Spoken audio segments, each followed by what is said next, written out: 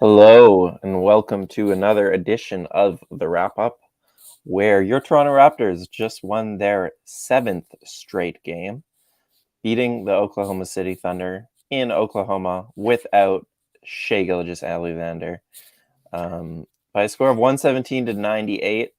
I'm Oren Weisfeld. I have Adon Moss with me here, and we're excited to bring you another version of the Wrap Up. And we're busy this week, and we just want to let our wrap up community know that if you are at any time bored tomorrow or even later tonight, or unemployed. or if you're unemployed tomorrow, or you took the day off smartly from your boss, said, you know what, it's trade deadline day, I can't be at this hellhole of a job. Well, we will be around from 2 to 4 p.m. on the Raptors Republic YouTube channel, doing a live show reacting to whatever the Raptors do tomorrow. So be sure to tune into that.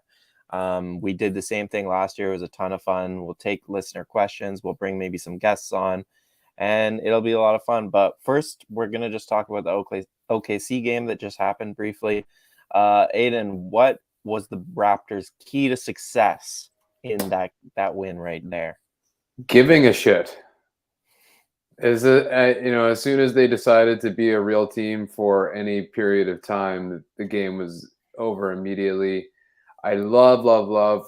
It helps that I just wrote about this, but I love that they just started the game attacking Josh Giddey like in the post. It's just like there could have been 1,000 matchups if you looked for it. They didn't even look for a Scottie on Derek Favors, and that could have been an interesting one to exploit. But this game was all about Pascal Siakam. Nobody can stop him. He can do whatever he wants. And if they literally ran the game through him every single possession, we'd probably have a pretty high success rate. He would probably be an all-star. Yeah, totally. Yeah, it's true. This game was about Pascal, and it's getting that's why I think I said I don't want to talk about this game for too long, because every game recently has been the same. Like, with all due respect to Fred, who had a really good shooting night again and, has been his usual self, Pascal over the last couple weeks, it's like every single game, I think he's been the best player on the floor. Most games for both teams. Yeah. And this was another example of, you talked about OG going at Giddey to start the game. That was smart from the Raptors, just to immediately exploit that mismatch. But Pascal was doing a lot of the same thing whenever he saw a smaller player on him. And the Thunder play a lot of, if not small players, skinny white guys, right? Who have no chance of defending this guy one-on-one. And so they should probably have figured out a better way to send help, but they couldn't really do that effectively either. And Pascal walked into, a ridiculous night, and OG was also really good. They were just feasting on the inside, and the Raptors could get every shot they wanted. Are you at all disappointed, I guess, that the starters had to play all the way into the late fourth quarter and that they didn't put this game away earlier? It went down to a minute 47 before we got the bench. I think Nurse is still long-term trying to punish the bench for being shitty. It's just like, you guys don't even earn it in garbage time. Oh. The dog's at it. The dogs are barking. But that's how they're upset about that. But I think but again, it's just like for periods of time, they didn't try hard. They didn't get back in transition.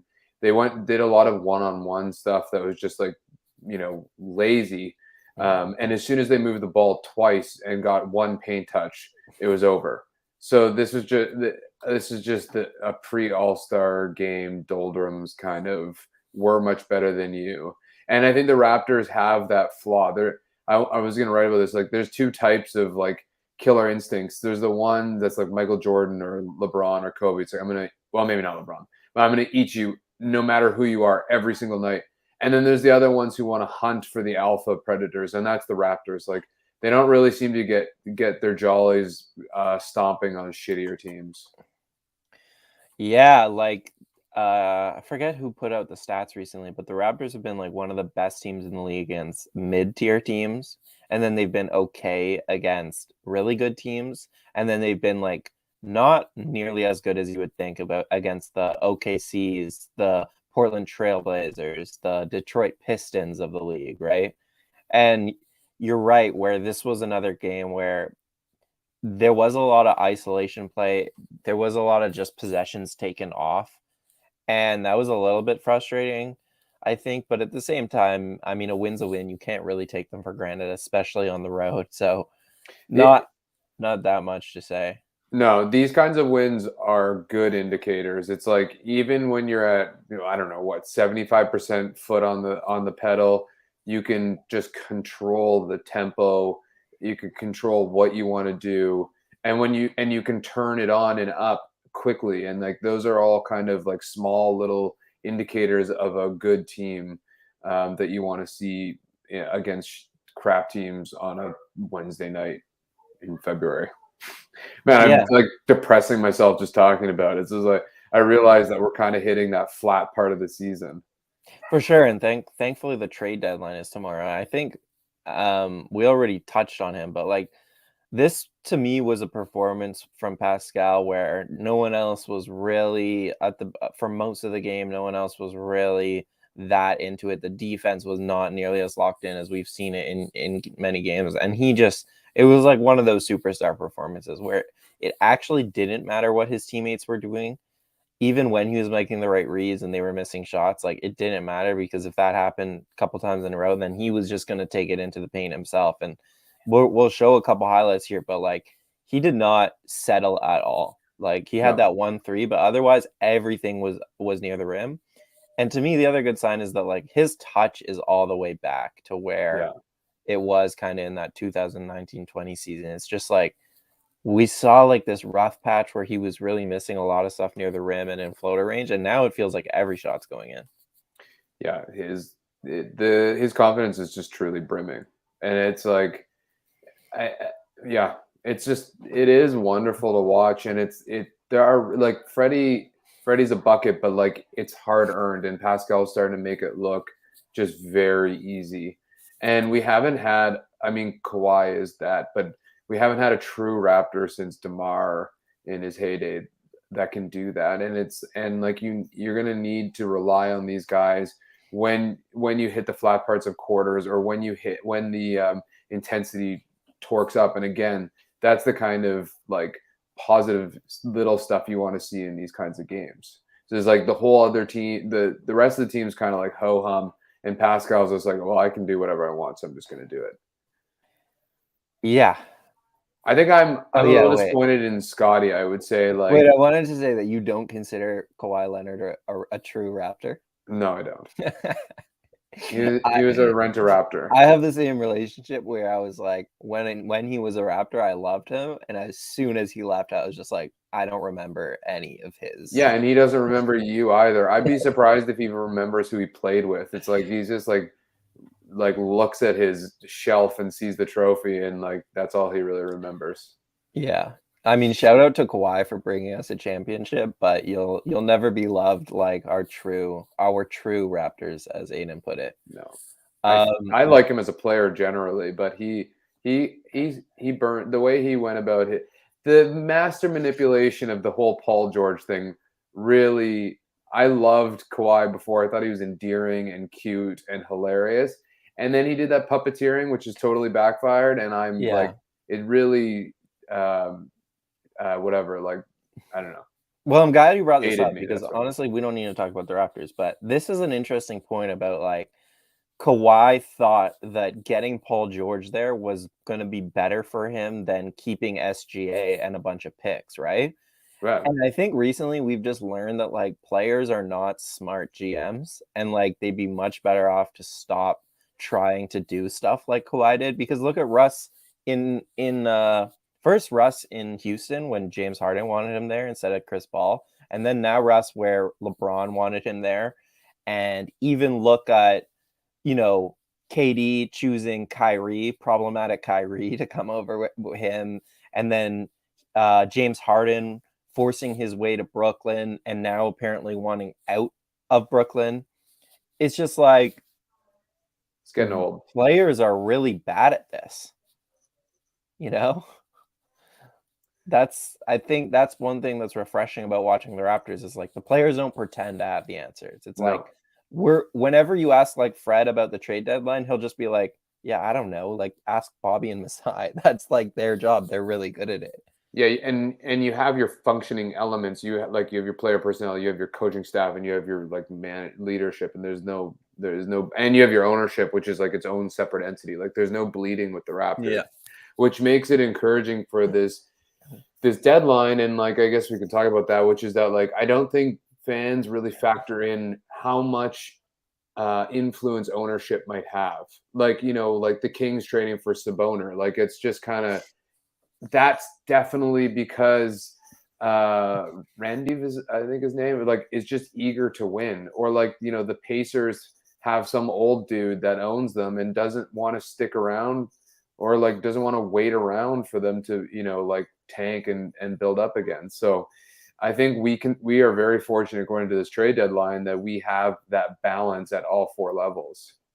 Yeah, for sure. Before we get into trade stuff, because we've done a lot of it recently, and we can do more at the end of the show. But I wanted to just actually, before we move on to the Thunder, anyone else on the Raptors that you really want to talk about? Well, Good or bad? I was gonna mention that I am disappointed in Scottie's game. It was another one where he just kind of like floated, I guess. Like he had he had an okay game statistically, like 17 points, 56% shooting, but 2 rebounds.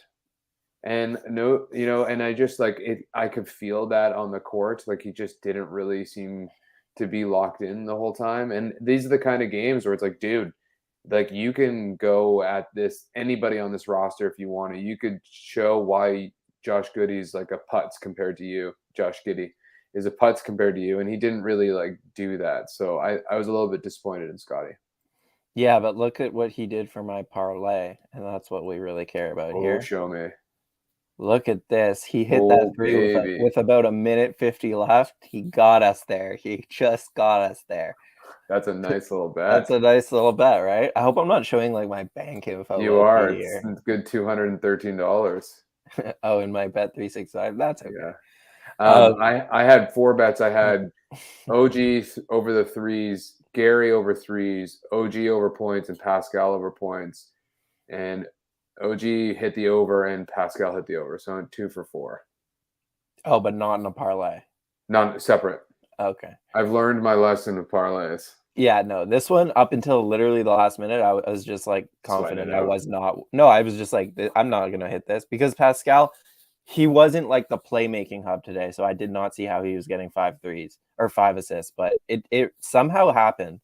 But yeah, Scottie, I kind of get your complaint, but at the same time, he's the 5th option, and like whether or not you agree with that is a different argument, but I think it's pretty clearly turned out. I remember we had conversations on the show throughout the year of like, how is it gonna shape up in terms of JTJ, OG, Pascal, Scottie? How many shots is Scottie? It's pretty clear to now to me that Scottie is the 5th option, and feel how you want about that, but he's just gonna have to fill holes in the offense. He's not gonna be the guy getting a lot of reps this season, it feels like. No, and I'm not talking about points. I'm not even talking about stats. I think someone said he did play a good defensive game, and that's true. I think he played pretty well. I'm not gonna like harsh on him. I'm just saying that like, yeah.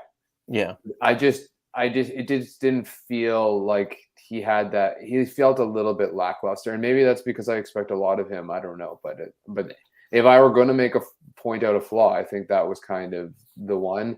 That and Precious had he averages at least 2 now, where all 4 Raptors are like this, like give me the ball, and he like pulls it out, and I love it. I like it every time. Oh my god, Precious Katie Achua. Yeah. Okay. Last one on the Raptors before we go. I want to.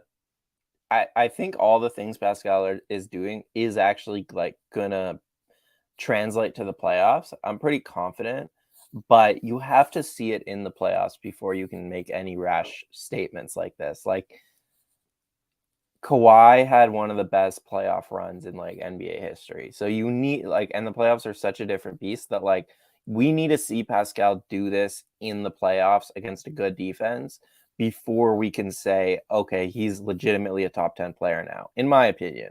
Yeah, I agree. But yeah, that's kind of the difference between those two players. But I do understand the comparison just in terms of like what they are able to do on the floor, how they help a team on both ends, yada yada.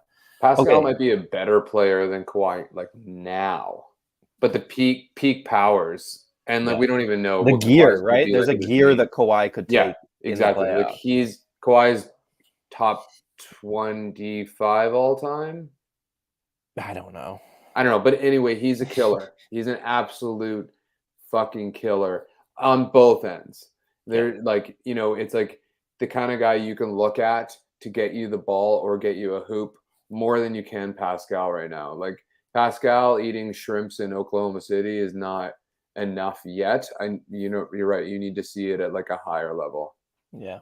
Okay. Here's my time to rant about the Oklahoma City Thunder. If we could scroll down to their um, box score. So first of all, Josh Giddey's on a minutes limit. I don't know if you know this. Rookie Josh Giddey is on a minutes limit, Didn't.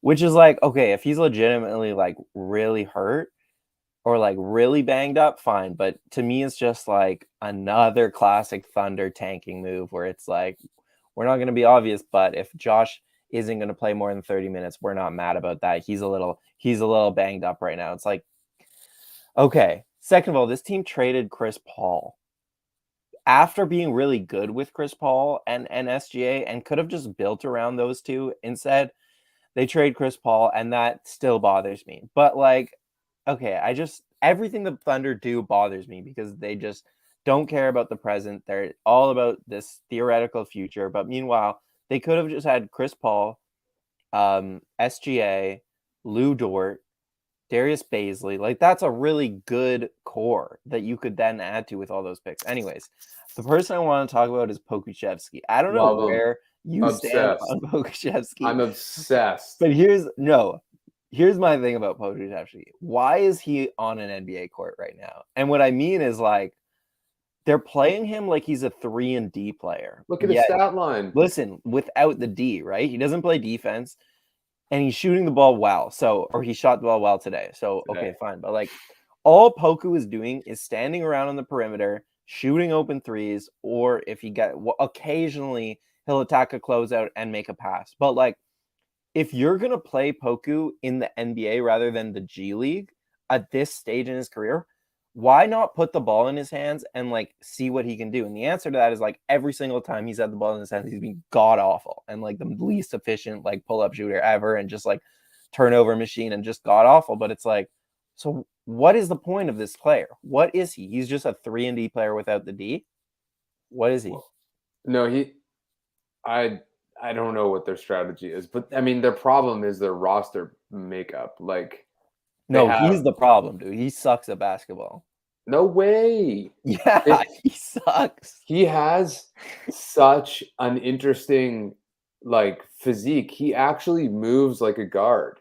And Yes, he he had does. he had a He's really theoretically very intriguing. he had a great defensive possession against Gary, locked him down full on. And then he's had a bunch of like terrible situations. I think you're right. He should be going to the G League and pulling a Banton and getting 30, 20, and 5. And he should be learning how to control a team. I think the worst possible player that they could have drafted with Poku just kind of in his dev part of his career is Giddy. And, it's like they're literally simulacrums of each other, and that doesn't help. Plus, you have Maladin. Plus, you have Man now. Like you have all of these guys who need the ball in their hand. SGA, they all need the ball in their hands. So like, it's not that Poku isn't an NBA level player because I think he's close, or at least he has the potential to be. It's that this roster is fucking horrible. Right.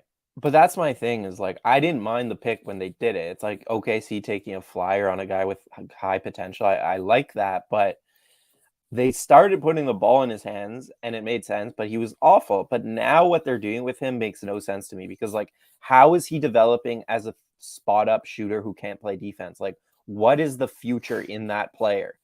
it's just like, how does that guy play around SGA and Giddy and all these guys that you're talking about?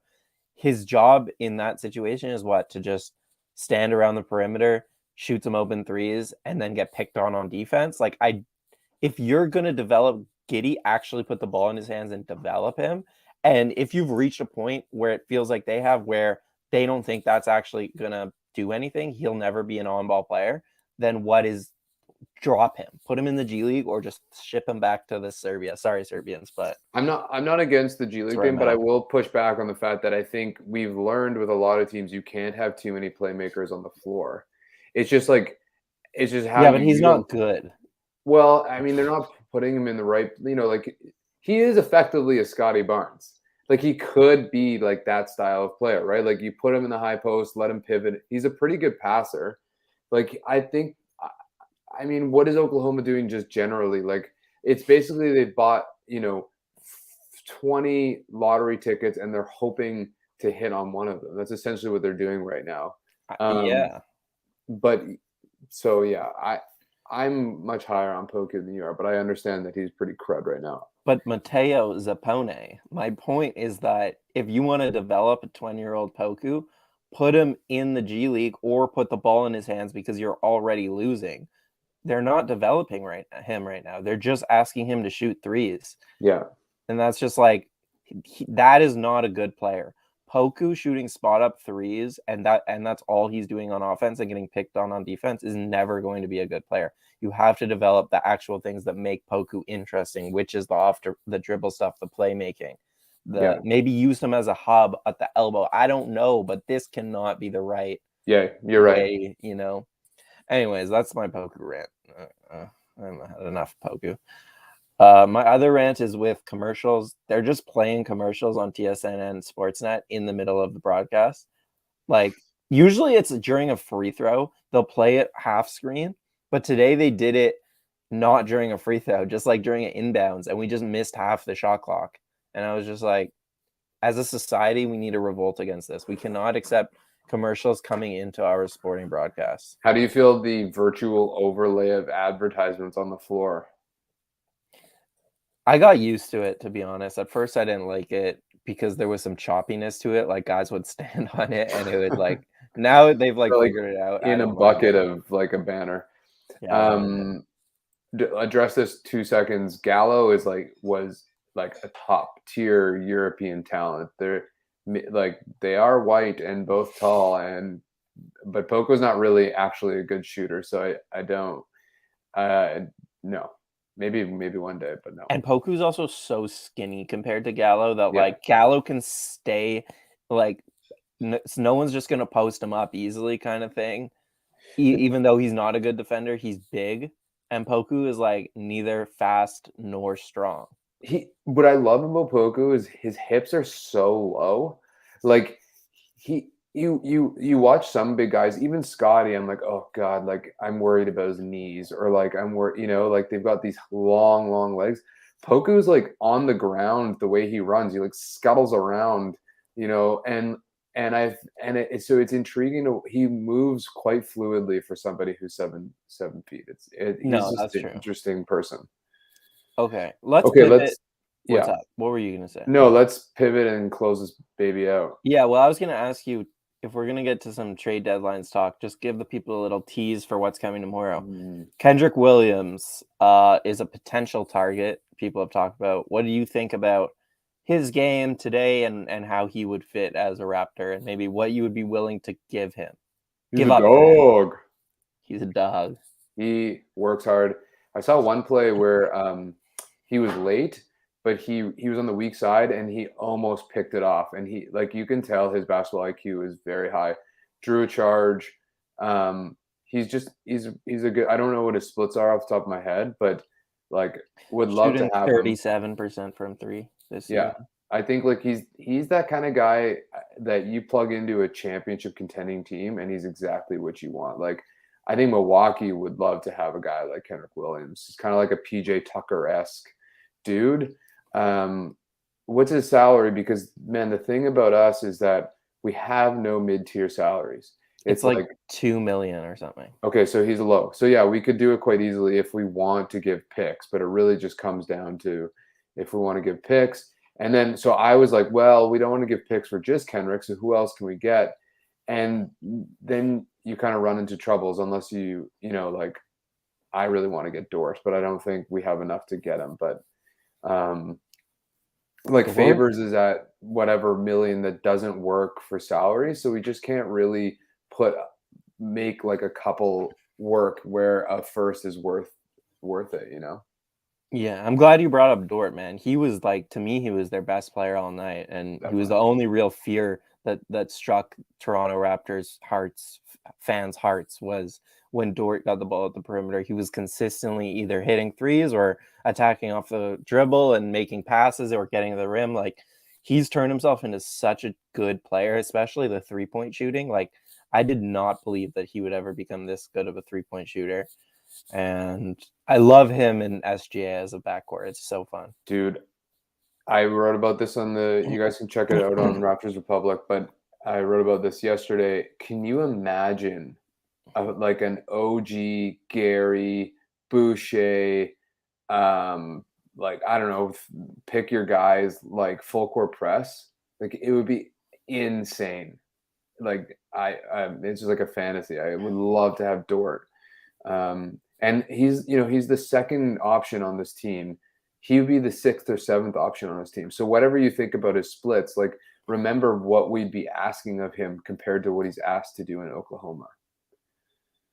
And we get his bird rights, which is just like, that's the kind of long-term guy you want to sign. Yeah, and his contract, 2 more years at $2 million for Lou he's Dort. very valuable. I don't think we have, and then we'd have 3 Montrealers. Like, how fancy would that be? That would be very cool. That would be very cool. Yeah, there was a cool feature at halftime on Lou Dort. If people didn't see it, they can go to the Sportsnet. I'm sure Sportsnet will have it on their website. Any other concluding thoughts before we get out of here? Because tomorrow is going to be a long day for us. No, I got to go write a recap on this, and I want to do that ASAP because this is not an interesting game to write about. But I think tomorrow is going to be triple explosive, like 2001 Chronic. It's going to be good. I don't know if you saw, but there's a tweet of like Westbrook is sitting tonight, and then Mark Spears does like eyeballs with the little like Houston Rocket symbol, but then he deletes it, but then someone screen caps it. Like, I love this shit. Like, it's so fun. I'm just going to be scrolling through Twitter all day tomorrow, so looking forward to it.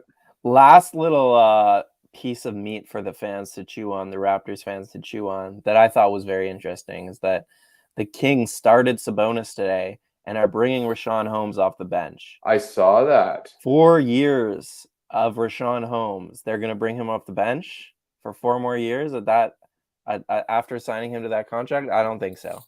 I do think Metu's a nice pairing with Sabonis, though. Like, he's he can play the perimeter. He's like long, like. Yeah, I'm not mad at the decision. I don't think Holmes and Sabonis fit at all. I just think they're gonna deal Holmes tomorrow. Yeah, I mean, why not? Bet. Yeah, so Toronto Raptors, get on that. That would Stay tuned. That would be one of those pieces that I would trade my 2022 first for. Because there's decreasing amount of those players. I wouldn't be mad about it. I'm not like eager either. Yeah, but I'm an indifferent person. So at this point, we're just happy because the Raptors keep on winning. And yes, thank you, Don Yang. By the way, is producing the show. A hero.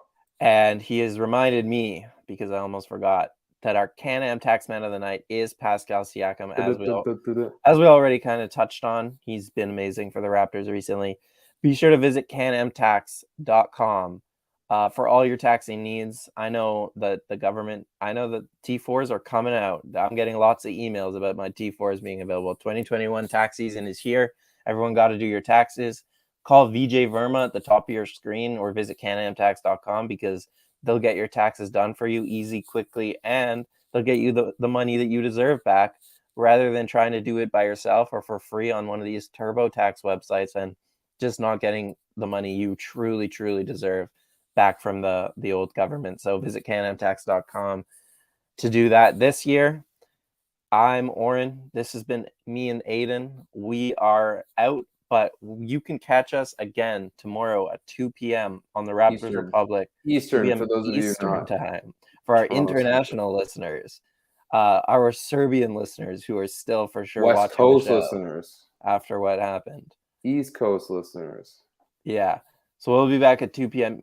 EST, where me, Adon, Sahal, Kyle, and maybe even some special guests will be talking about what the Raptors do tomorrow or what they don't do and what it means for the rest of their season and their future. It should be a really fun show, so be sure to tune in. If you go to the Raptors Republic YouTube channel after this game, we'll have a scheduled post, so you can turn on the reminder for that if you want to do it that way. Thank you, Don Yang, for producing the show, and we'll be back then. Good night.